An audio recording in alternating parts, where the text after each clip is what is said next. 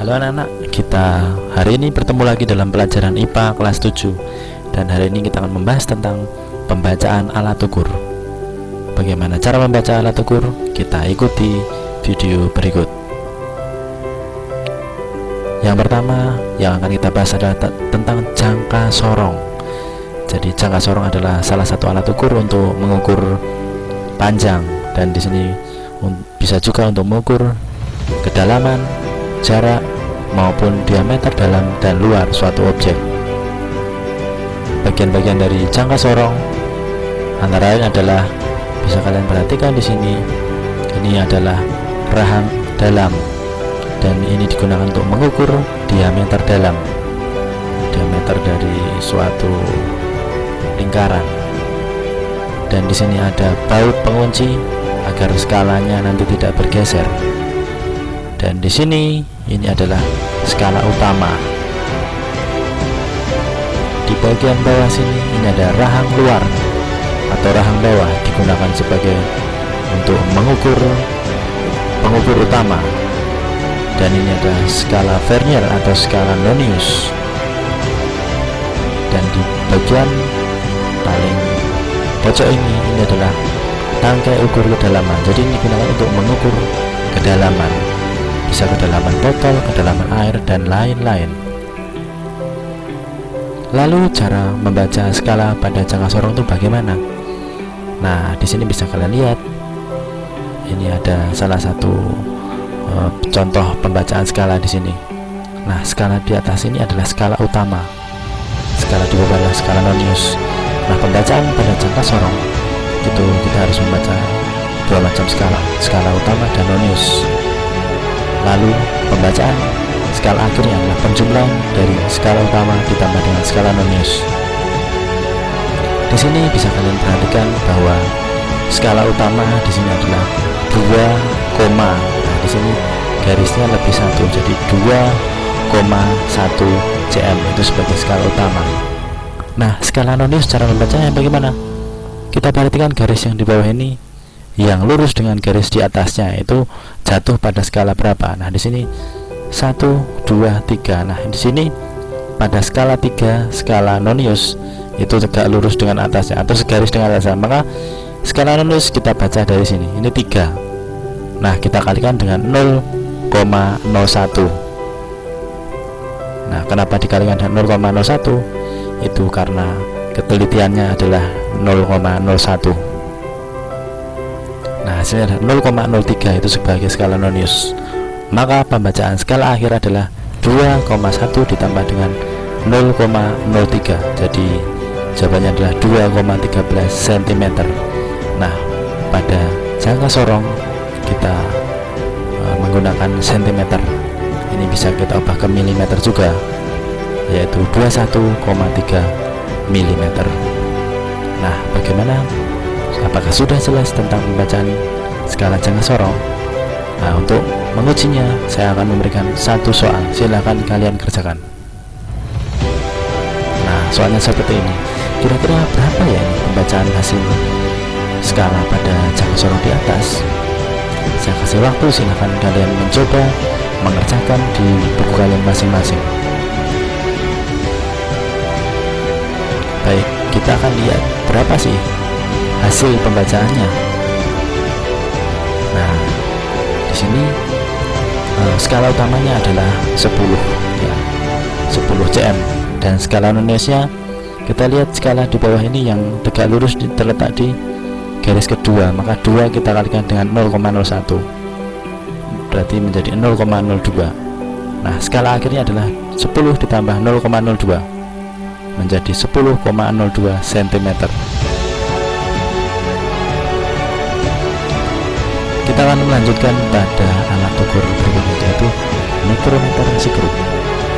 Jadi mikrometer skrup ini juga alat pengukur panjang, dan dia sangat teliti, digunakan untuk mengukur diameter atau ketebalan suatu benda yang ukurannya itu kecil. Jadi ini lebih teliti lagi daripada jangka sorong.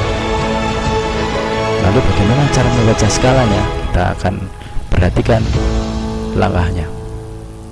Nah, di sini skala utamanya dia menunjukkan 4. Nah, ini pembacaan adalah 4 mm. Dan skala noniusnya kita perhatikan di sini skala yang tegak lurus dengan ini ya, dengan garis pada skala utama ini. Di sini yang tegak lurus sudah 30, maka kita alihkan dengan 0,01 juga. Jadi menjadi 0,30. Maka pembacaan akhirnya adalah 4 mm ditambah 0,30 mm, jadi 4,30 mm. Apakah sampai sini sudah jelas? Jadi perbedaan pada jangka sorong dan mikrometer. Kalau pada mikrometer kita menggunakan acuannya adalah milimeter. Nah, bagaimana dengan contoh soal ini? Silahkan kalian kerjakan.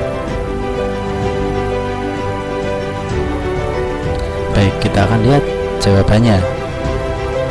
Nah, di sini skala utamanya adalah 1,5 mm dan skala noniusnya di sini tepat.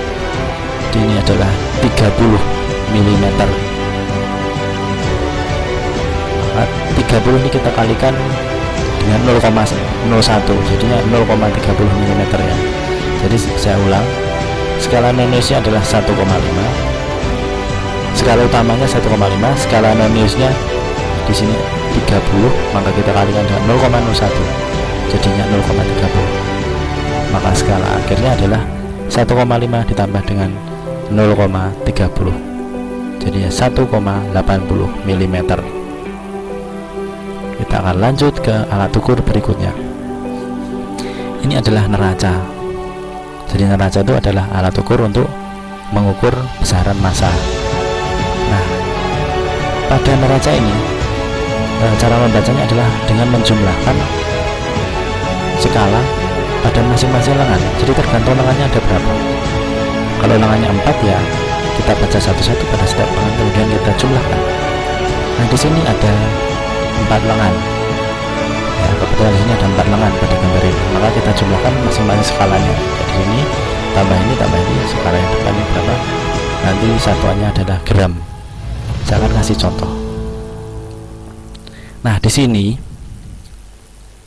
lengan yang paling belakang ini 200, lengan belakang ya 200 gram, lengan tengah 20 gram, lengan paling depan ini dapatnya ini 5, terus masih lebih lagi 5,4 gram.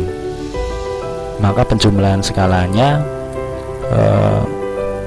200 tambah 20 tambah 5,4, jadinya 225,4 gram. Nah, apakah sudah jelas? Kalau belum, saya akan kasih contoh berikut. Berapakah pembacaan skala pada neraca di atas? Nah, kira-kira bagaimana pembacaannya? Coba anak-anak kalian kerjakan di buku catatan masing-masing.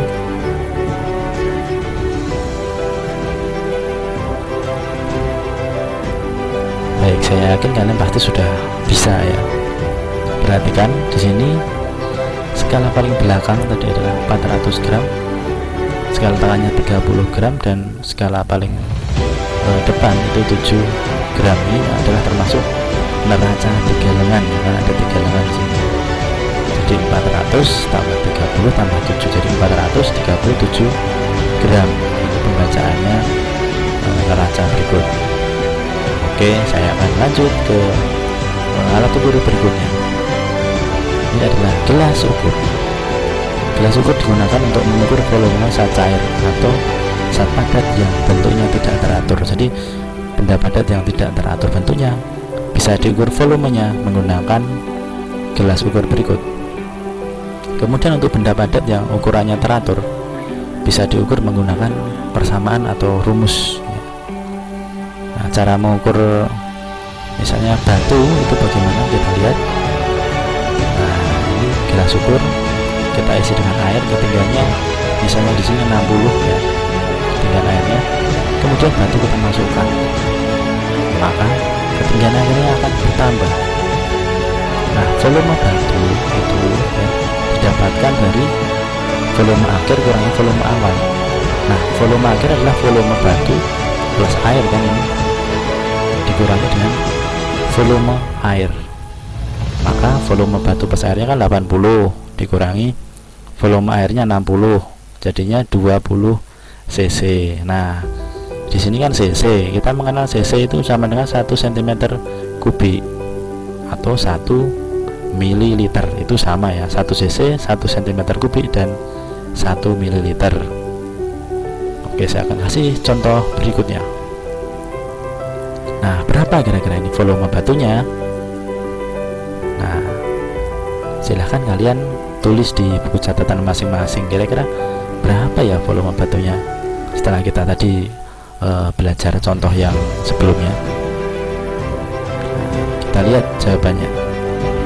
Nah, volume awal tadi 50 ml ya, kemudian batu dimasukkan ke dalam gelas ukur ini, volumenya menjadi 60, 70, 80, jadi 80 ml.